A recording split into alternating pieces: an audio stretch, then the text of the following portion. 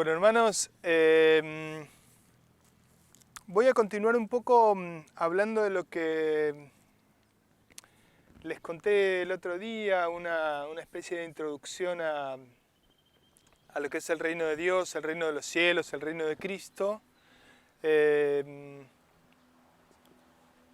Y quiero que lo tomemos como un inicio de aprender a conocer a dónde fuimos llamados, hacia dónde estamos caminando, cuáles son las características del camino y de la llegada, a dónde vamos a llegar, en qué condiciones.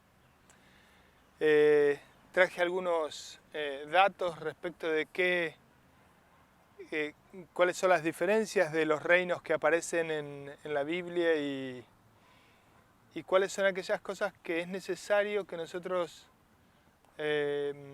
hagamos ahora para mantener vivo en el reino de los cielos y cuáles son aquellas cosas que están ligadas a las promesas y no a la salvación. En principio, cuando la Biblia habla del reino de los cielos o del reino de Dios, tiene en su génesis el mismo concepto, es decir, es lo mismo hablar del reino de los cielos o del reino de Dios, ¿no? Cuando Jesús nos enseña a orar y le dice al Padre, venga tu reino, está diciéndole a Dios que el reino de Dios, que el reino de los cielos, se ejecute, se haga presente en la tierra, ¿no? En este pedido tiene el formato de que Jesús le estaba pidiendo a Dios algo que Jesús sabía que se iba a hacer. ¿Hay duda de que Jesús pidiera algo que no fuera la voluntad de Dios? No. Todo lo que pidió Jesús era sí o sí la voluntad de Dios. No hay posibilidad que no lo fuera. Y entonces le dice, enseñándonos a nosotros a decir, dice, venga tu reino. Empezamos con una primera palabra que fundamenta esto, que lo revela Pablo en Corintios. Vamos a leer 1 Corintios 4:20. A ver cómo dice esa versión, Graciela. Porque el reino de Dios no es cuestión de palabras, sino de poder. El reino de Dios no es cuestión de palabras, sino de poder. ¿Está? ¿Cómo dice ahí en 60? Es lo mismo, ¿no? El reino de Dios no consiste en palabras, sino en poder. ¿Qué quiere decir que no consiste en palabras, sino en poder? Quiere decir que cuando se ejecuta el poder del Espíritu Santo, es donde gobierna Dios y aparece su reino. Por eso el otro día hablábamos el milagro es moneda corriente en el reino de los cielos. La pesca milagrosa, sin querosén, como decíamos, la pesca milagrosa es moneda corriente en el reino de los cielos. ¿Por qué? Porque el reino de los cielos es el poder del Espíritu de Dios ejecutando, accionando. ¿Sí? No es lo que digo, no es la palabra, sino es el poder, incluso el poder que ejecuta esa palabra, ¿no? A veces uno necesita decir para que se ejecute y se haga presente en nuestra vida el reino de los cielos. Porque con la boca se confiesa para justicia, dice en un momento la palabra, ¿no? Entonces, ¿por qué? Porque hay poder en la palabra. De hecho, la Biblia dice que vamos a dar cuenta de cada palabra dicha. Los dejo pensar 5 segundos en las palabras que dijeron.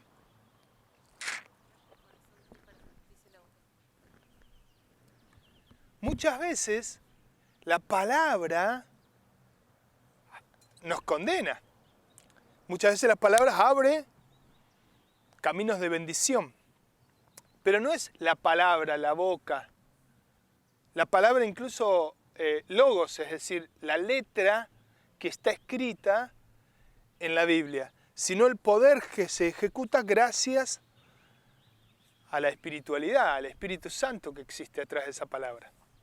Entonces el reino de los cielos no es palabra, no es bla bla bla, sino es poder, ¿no? ¿Lucas?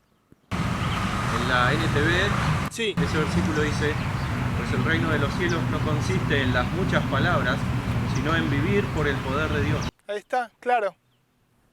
Es más clara esa versión. ¿Se entiende? Entonces, reino de los cielos, reino de Dios, tiene que ver con eso, que el reino de Dios y el reino de los cielos hoy día existe. De hecho, el reino de los cielos, dice Jesús, que se ha acercado, manifestado, está presente. El reino de los cielos, que es cuando el Espíritu Santo obra, hay poder. ¿Se entiende? Ahí empiezan las leyes del reino de los cielos, que no son las mismas leyes de cualquier reino de todo el mundo o de cualquier gobierno que existe en este mundo. Incluso las leyes de la naturaleza son diferentes en el reino de los cielos que en el reino de la tierra, digamos. ¿Está? La diferencia entre el reino de los cielos, el reino de Dios y el reino de Cristo es esta cuestión temporal que yo les contaba el otro día, que el reino de Cristo es aquel reino milenial que va a suceder en esta tierra durante 1000 años, si queremos ser más explícitos, durante 1007 años, y que ese reino, con el poder que Cristo tenga y haya ganado, se lo va a entregar a Dios y se va a ejecutar el reino de los cielos durante toda la eternidad. Ahí es a donde vamos. ¿Amén? Vamos, sí. ¿Qué hacemos? ¿Qué tenemos que hacer para ir? Primero que nada, creer en Jesucristo. Primero. Porque el que no cree en Jesucristo no va a poder acceder a la salvación. ¿Se entiende esto? Primero que nada hay que creer en Jesucristo, que es lo que venimos como diciendo todo el tiempo, digamos, no es por obra, es creer. Creer en Jesucristo es lo primero que hay que hacer. ¿Tá? Cuando uno cree en Jesucristo, ¿qué hace? ¿Se queda sentado esperando que venga? No, ahí es donde empieza el laburo verdadero. ¿El verdadero por qué? Porque dice la Biblia que trabajemos por el pan que a vida eterna permanece, no por el que mañana se pudre o por el que se corrompe con hollín, se corrompe comiéndolo, digamos, sino para aquel que tiene permanencia en la vida eterna. Entonces, ya sabemos que el marco del reino de Dios es donde nosotros tenemos que intentar caminar la mayor cantidad de tiempo posible. Oración es una puerta de acceso al reino de Dios. Por ejemplo, ¿no?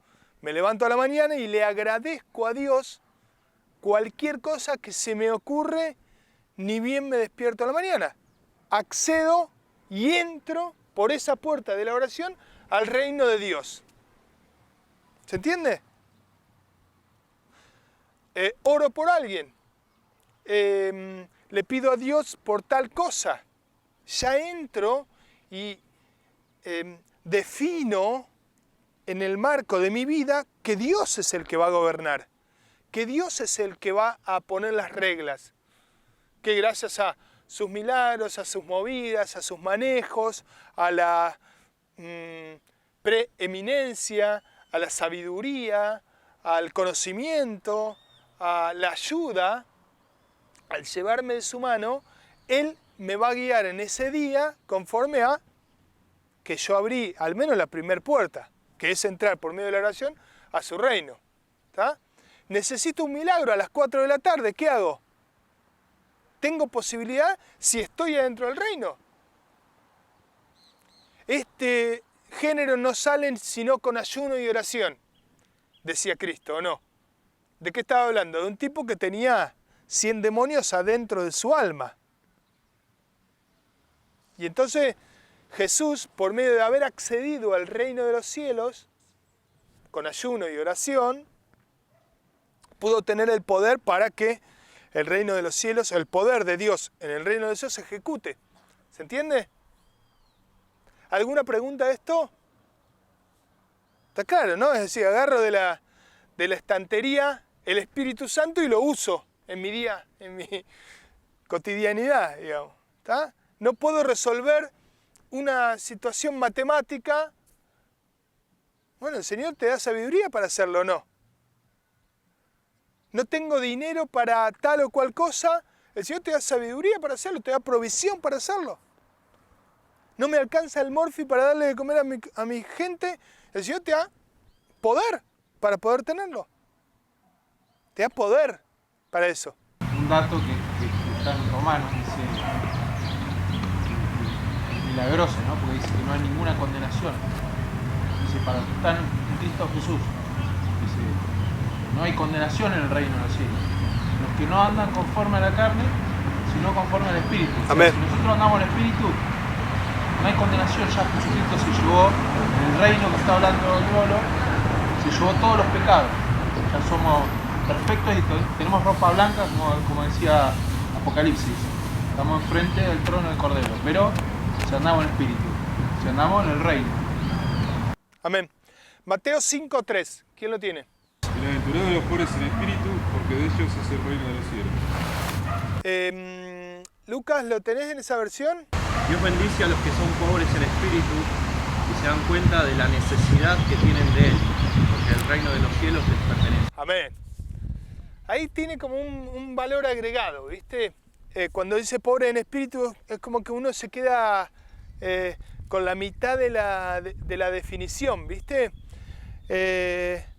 Cuando uno a esa pobreza espiritual le pone el dato de que uno necesita ser humilde, digamos, esto que decía esa versión, ¿no? Es decir, necesito de Dios, tengo la necesidad espiritual de Dios, lo que hace es,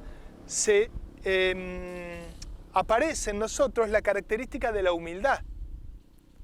Entonces es una de las características necesarias para poder, ¿qué? Acceder y tomar y entrar, ¿a dónde? Dice, los pobres en espíritu bienaventurados. ¿Por qué? Porque de ellos es el reino de los cielos. Otra puerta para entrar. ¿No? Sí, lo que pasa es que yo, ¿sabe qué? Soy un recopado. Yo oro y te bajo 4, ¿viste? No tiene que ver con ese poder engañoso de la espiritualidad de uno. Ahora vamos a ver otro ejemplo, que es cómo se manifiesta la humildad. ¿Tá? La humildad espiritual tiene que ver con que necesito a Dios sí o sí. Para todo lo necesito a Dios. Hay muchas cosas que ya sabemos, porque estudiamos, porque ya la vivimos, porque aprendimos, porque Dios nos dio sabiduría, porque nos ocupamos de saberlo. Por muchas características hay cosas que ya sabemos. Que sepamos no quiere decir que andemos sabiamente. ¿Alguien de acá, por ejemplo, no digo que levante la mano, pero ¿alguien de acá fuma, por ejemplo? Sí, seguramente. ¿Yo sé que me hace mal? Sí sé que me hace mal. Ahora, ¿ando sabiamente si fumo? No. Del mismo modo, uno debe usar la sabiduría de Dios para andar sabiamente. Y esa es entender desde la humildad de presentarse ante Dios, que Dios nos diga qué hacer, cómo hacerlo. ¿Por qué me creo arrogante ante la sabiduría de Dios? Creyendo que mi objetivo es mejor que el de Él. Pidiéndole cosas conforme a mi voluntad y no conforme a su voluntad. Muchas veces nos pasa, hermanos, todos los días cuando oramos, incluso, le pedimos cosas que a veces no son conforme a su voluntad. Después nos enteramos, ¿no? Pero, digo, el camino es que seamos humildes.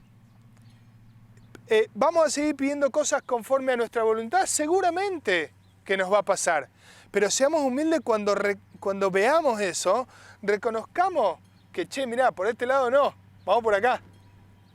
11:20 son, bueno, mirá, 11:40. Viene el tren, por eso. Entonces la base está en que busquemos la humildad, en la posibilidad de que sea Dios el que guíe cada cosa que hagamos, digamos y pensemos. Amén.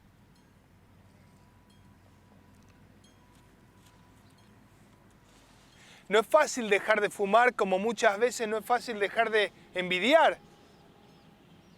No es fácil dejar de desear al otro. No es fácil dejar de mentir cuando uno miente. Engañar cuando uno engaña. El pucho se ve, pero el engaño no se ve. Y es más fácil juzgar al que fuma que juzgar al que engaña. Pero son dos pecados igual, digamos, no es que es uno más que otro. Copado. Mateo 25, vamos a leer del 31 al 40. Dice, cuando el Hijo del Hombre venga en su gloria y todos sus santos ángeles con él, entonces se sentará en su trono de gloria.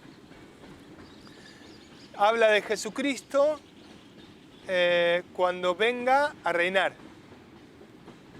Y serán reunidas delante de él todas las naciones y apartarán los unos de los otros como aparta el pastor las ovejas de los cabritos. Es decir, viene el Señor Jesucristo a reinar, ¿no? Como, ¿alguien vio alguna vez la asunción de algún presidente o de algún rey nuevo? Muchos de nosotros vimos, ¿no? Entonces, cuando viene a reinar, viene y toma posesión.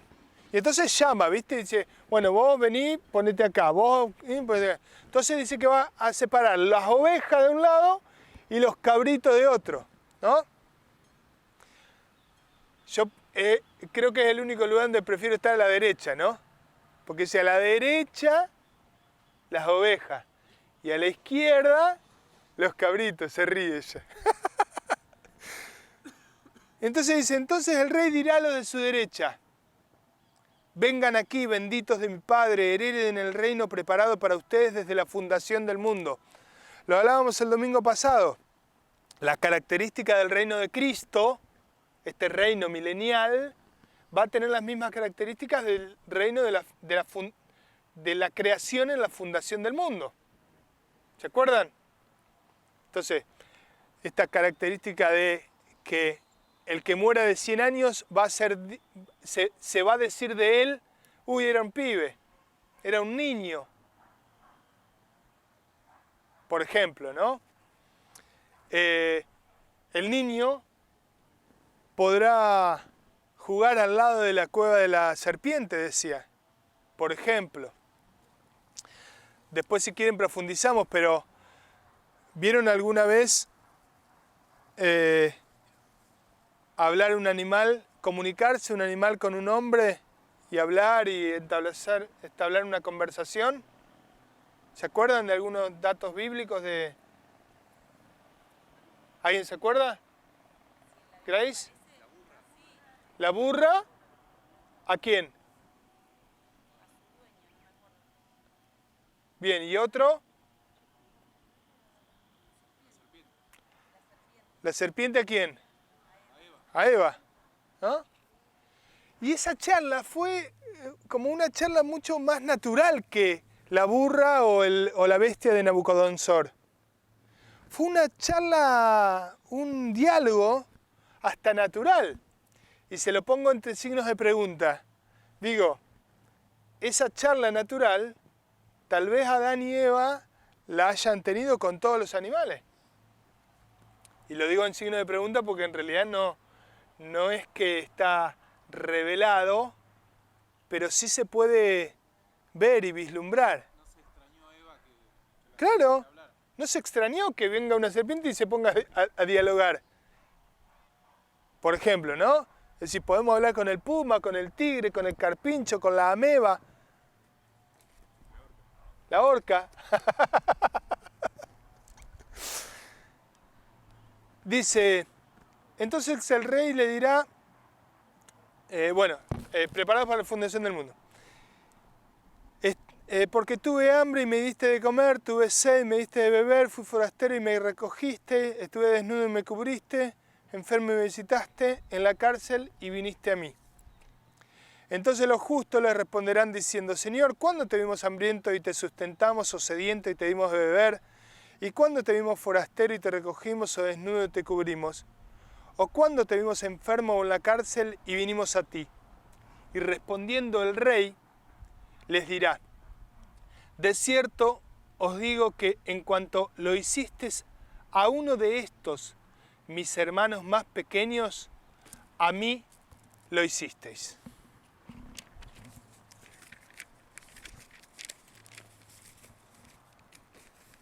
Entonces está diciendo, cuando venga, va a llamar a todos los que creyeron en el Señor Jesucristo.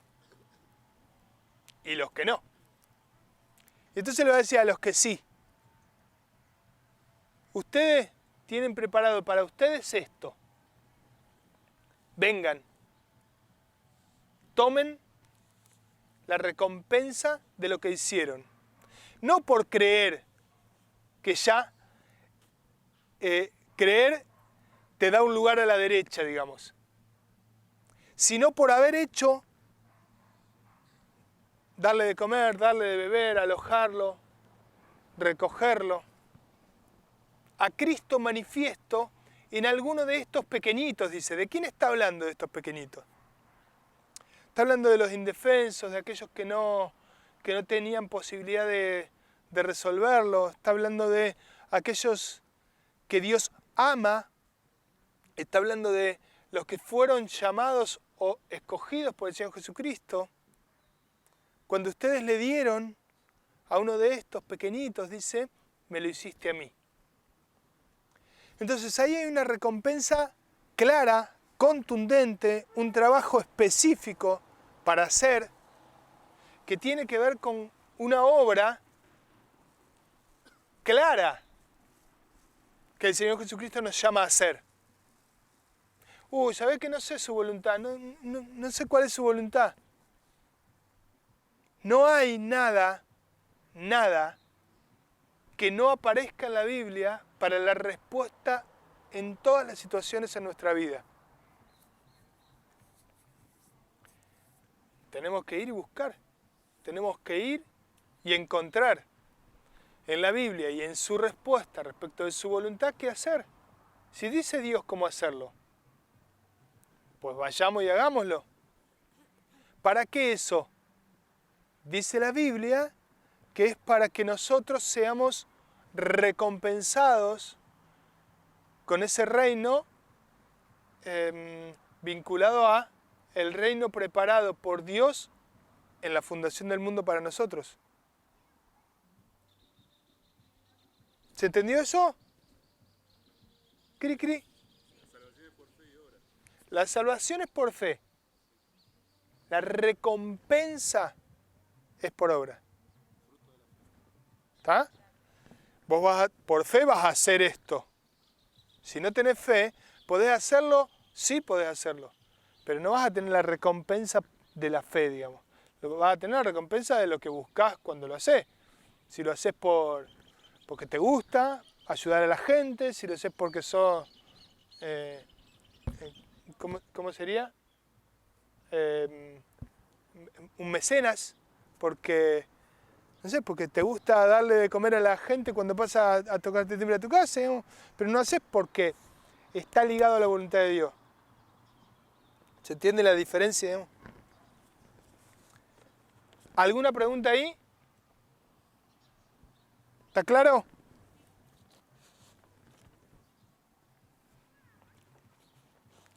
Lucas 9, 62. ¿Quién lo tiene? ¿Belu? Jesús le dijo, el que pone la mano en el arado y luego mira atrás no es apto para el reino de Dios. John. Entonces, aquel que se basa en jactarse de todo lo que hizo para poder acceder, llegar, conseguir cosas y frutos en el reino de Dios, no, digamos, se equivocó de juego, se equivocó de partido. Te fuiste a la misa de 11. Claro. Digamos, era otra la jugada. Dice la Biblia que cuando pones la mano en el arado, no mires para atrás. Lo que viene, lo que sirve, lo que vale, es todo lo que viene. De hecho, todo lo pasado fue pagado. Siempre decimos, ahí se ejecuta la misericordia en nuestra vida, ¿no? Cuando creemos en Jesucristo. ¿Por qué? Porque la ejecución de la misericordia nos permite que Dios no nos dé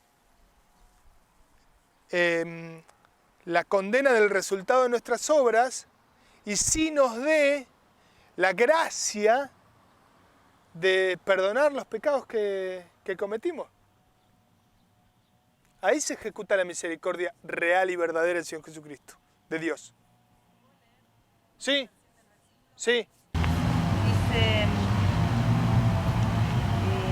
no se puede pertenecer al reino de Dios y hacer lo mismo que hace un mal campesino. Al que se pone a arar el terreno y vuelve la vista atrás, los surcos le salen torcidos. Torcido. Un buen ejemplo del arado, ¿no? Es decir, vos tenés que mirar para adelante. Mirá si vas arando y mirando para atrás. ¿No? Torcido. Entonces el planteo es que cuando empezamos, perseverantes, ahí, firmes, estoicos, con errores, sí, con errores, con pecados, sí, con pecados, con equivocaciones, sí, con equivocaciones. ¿Por qué? Porque no somos Jesucristo, que es el único que hizo todo perfecto. Pero estamos agarrados de su mano, hermano. Estamos agarrados de la mano del Señor Jesucristo, que pagó por todos nuestros pecados, por todos, también por los de dentro de un rato, no para que vayamos a pecar, sino para que estemos confiados en que Él ya pagó. Y que estamos confiados en que Él nos va a perdonar, nos va a sanar, nos va a limpiar, nos va a dar la posibilidad de que nosotros accedamos al reino de los cielos por medio de una oración, por medio de una acción. ¿Te limpio el vidrio? ¿Qué problema hay que te limpie el vidrio del auto, digo yo? Y más a mí, ¿no? Conocen nuestra... ¿De qué se ríen? No sé de qué se ríen. Digo, voy a cada esquina, le pido que limpie, ¿no? Sí. Le damos la moneda, Dios te bendiga, porque no se la lleva gratis. Encima la moneda se la lleva con una bendición de Dios. Y ese es el planteo. Seguramente el Señor a mí, o al menos yo entendí que era por ese lado, ¿no? No es que todos tienen que hacerlo así. Pero a mí me sirve darle con la moneda la bendición. Y ahí, caminar. No, pero este se la da para... ¿Sabe qué? Junta la moneda para la birra de la noche. ¿Qué me importa a mí? Si no es mi objetivo. No, las ofrendas, no, porque son para que mira, Gaby, Seba, Nico no vienen hoy, encima se ganan la guita. Ponele, ¿no? En el caso de que cobremos de la ofrenda, pero más allá de que ninguno cobra, digo, pero no es nuestro objetivo juzgar eso. Nuestro objetivo es hacer lo que Dios dice. No fijarnos qué hace el otro con lo que uno le da. ¿Qué hace el otro más allá de lo que uno haga? A nosotros nos compete nuestra vida conforme a la voluntad de Dios respecto de este objetivo de esta promesa. ¿Se entiende? ¿Hasta cuándo tenemos que tener esta decisión firme? Dice la Biblia, el que sea fiel, que ponga la mano en el arado y no mire para atrás, hasta la muerte, yo le daré la corona de la vida, que está reservada para cada uno de nosotros. Amén. Entonces hay que ser firmes, constantes, estoicos. De acá no me mueve nadie. Es más, si me cortan la cabeza por estar acá parado, que me la corten. Resucito antes. Dato también bíblico.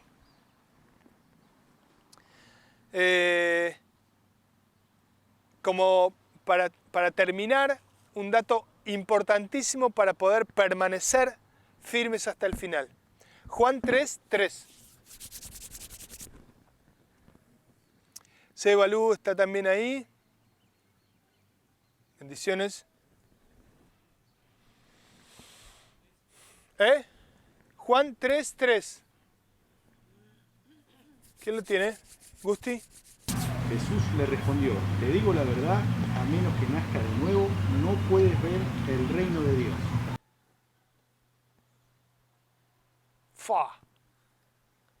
A menos que no nazca de nuevo, no va a poder ver el reino de Dios. Pero escúchame, yo fui presidente 7 mandatos seguidos del país donde goberné. Y si no nace de nuevo, no va a poder ver el reino de Dios. Yo goberné 7.000 almas, dice la bestia, ¿no? Ponele. Si no vuelve a nacer cualquier persona, si no vuelve a nacer, no puede ver al reino de Dios. ¿Es posible que alguien que no crea que el milagro existe?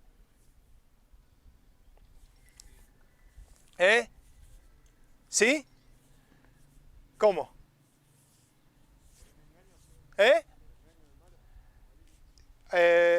Primer jinete del Apocalipsis, ¿no?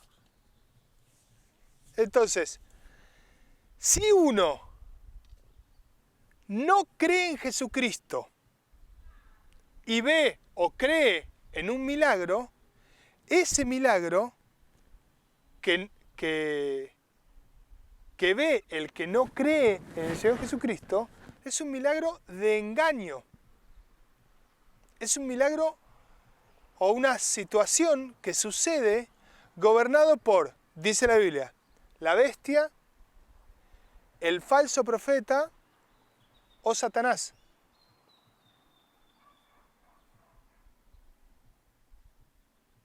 ¿Cuáles pueden ser esos milagros?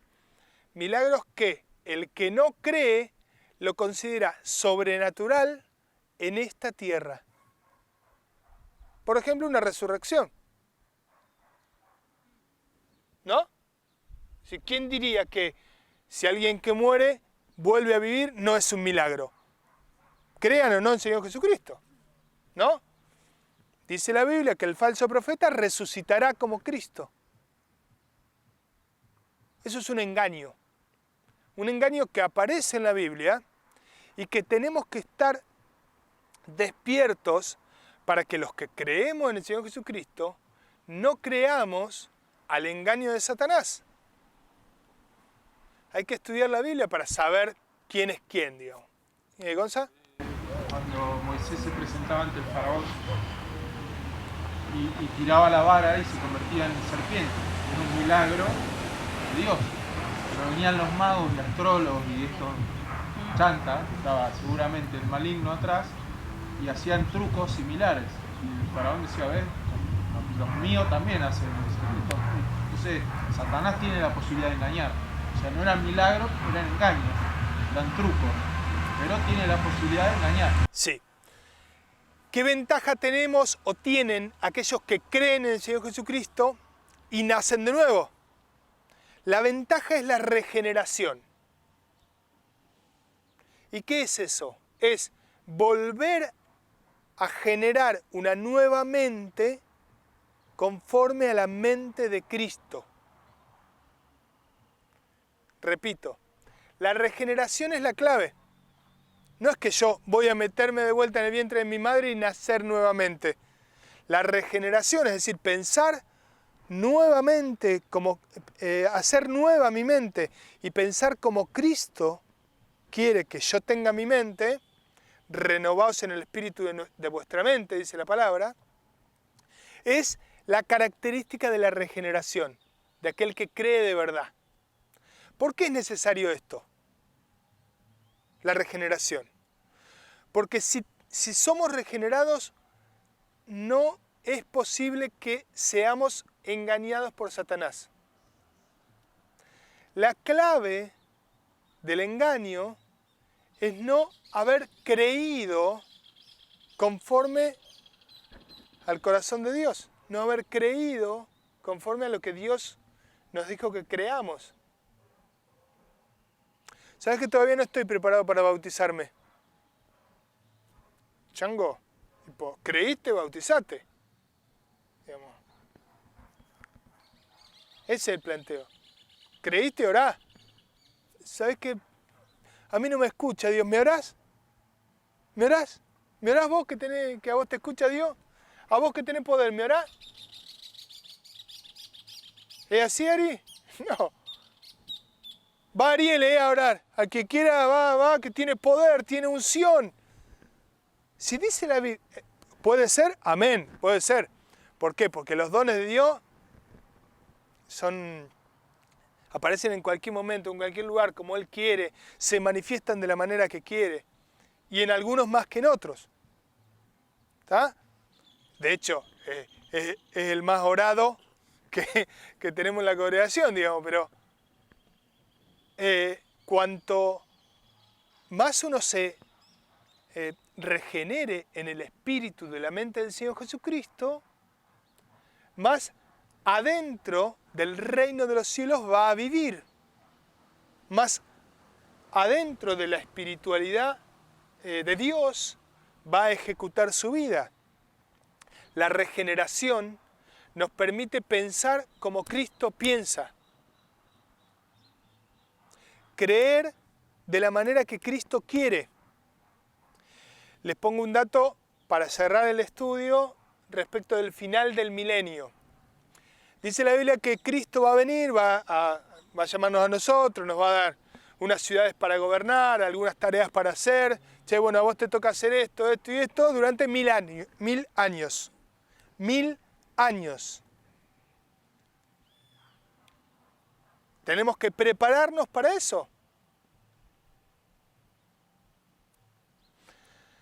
Después de los 1000 años va a salir Satanás, que no va a poder engañar a nadie durante 1000 años, va a ser soltado adentro de ese reino, que va a durar 7 años más ese reino.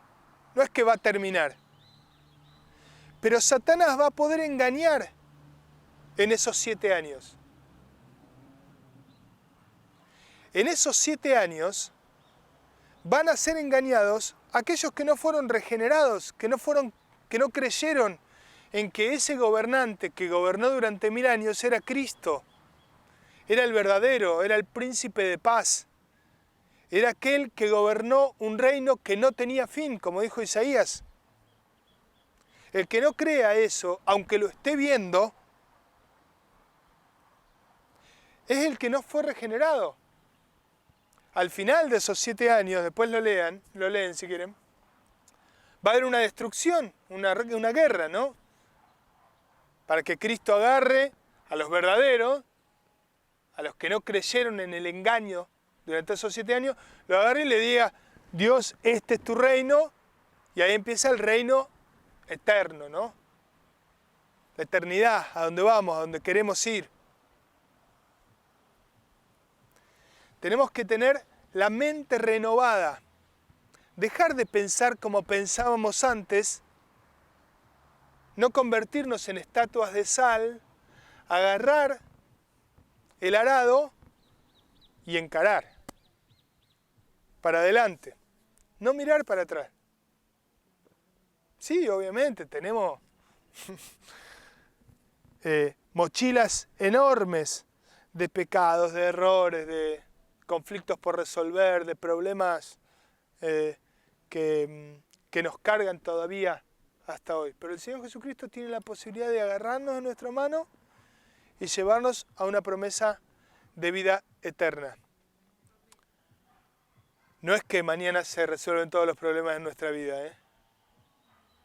Eso también es engaño del diablo. Utilizando el nombre de Dios, engañan,